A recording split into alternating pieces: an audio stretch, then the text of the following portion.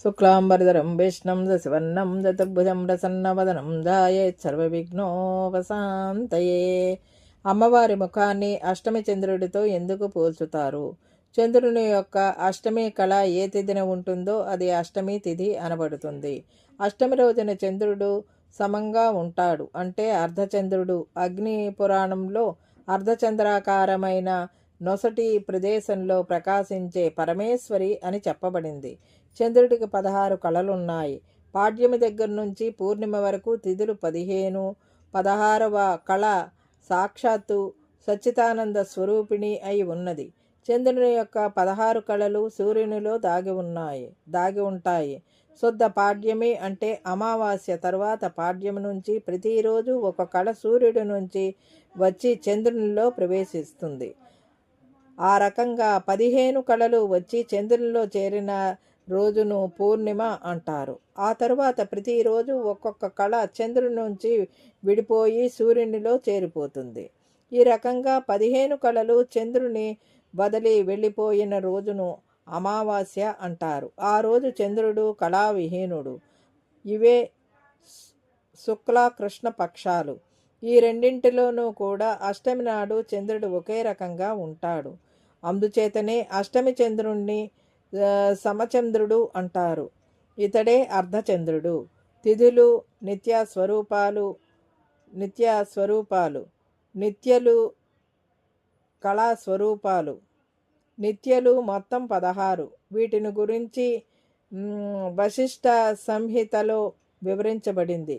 ఈ నిత్యల గురించి వామకేశ్వర తంత్రంలోని ఖడ్గమాలలో కూడా చెప్పబడింది. కామేశ్వరి, భగమాలిని, నిత్యకిన్న,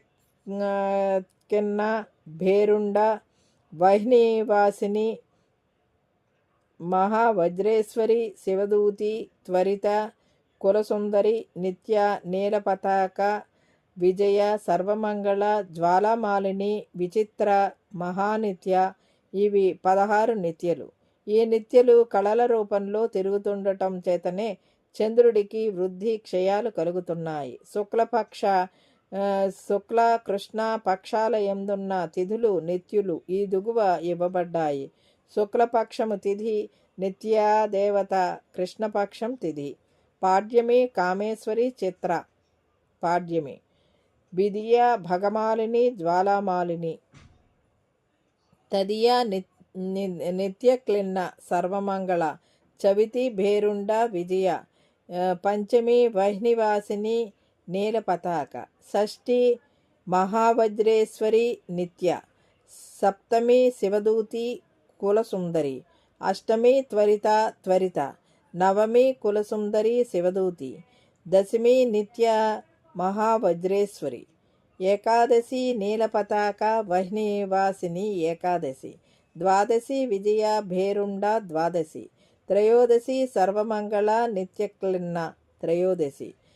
చతుర్దశి జ్వాలామాలిని, భగమాలిని, చతుర్దశి. పూర్ణిమ చిత్ర, కామేశ్వరి. చంద్రుని యొక్క కళలు ఈ రకంగా మారినప్పుడు తిథి ఒక్కటే అయినప్పటికీ శుక్ల కృష్ణ పక్షాలలో నిత్య దేవతలు వేరుగా ఉంటాయి.